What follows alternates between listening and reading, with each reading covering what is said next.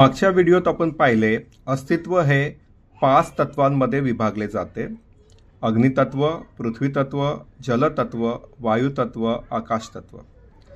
सर्वप्रथम आपण पाहूया अग्नितत्व आणि त्याचे गुणधर्म.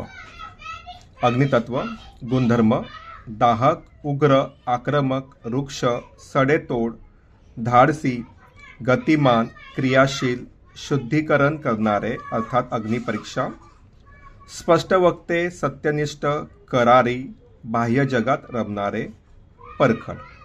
आता पृथ्वीतत्व आणि त्याचे गुणधर्म: सौंदर्य, हौस, व्यवहारीपणा, व्यापारी वृत्ती, हिशोबी, जडवादी, संसारासक्त, आत्मकेंद्री, जडत्व, सौंदर्यपूजक, घरात रमणारे. जलतत्व: कोमल, सहिष्णू, हळवे, सर्वसमावेशक, आपलेपणा, कुटुंबवत्सल, प्रेमळ, शांत, भावनाप्रधान.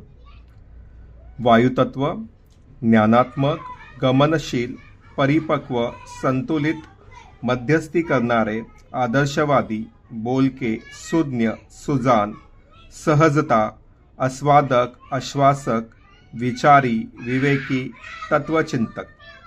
आकाशतत्व हे चेतनादर्शक असून अन्य सर्व तत्वांमध्ये असतेच, म्हणून याचा वेगळा विचार अभिप्रेत नाही.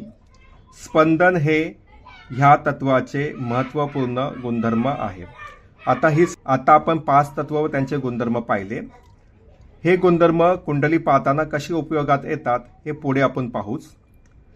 मानवी प्रवृत्ती: शरीर, मन, बुद्धी, चित्त, विवेक हा आत्म्याचा प्रतिनिधी आणि पंचतत्वाची ऊर्जा कर्माला जन्म देतात व कर्मामधून क्रिया निर्माण होते व क्रियेला आलेली प्रतिक्रिया म्हणजे भविष्य. निसर्गदात्याचे वर्तणूक सिद्धांत अपरिवर्तनीय, शाश्वत स्वरूपाचे असल्यामुळे माणसाने आपल्या कर्माचीच काळजी घेणे अत्यावश्यक ठरते. ज्योतिषशास्त्राचे हे मूलभूत तत्वज्ञान दैववादाला नव्हे तर कर्मवादाला प्राधान्य देते. प्रकटीकरण: पंचमहाभूते चर, स्थिर, द्विस्वभाव या 3 माध्यमातून प्रकट होतात, तर मानवी प्रवृत्ती सत्व, रज, तम या गुणांच्या माध्यमातून प्रकट होतात.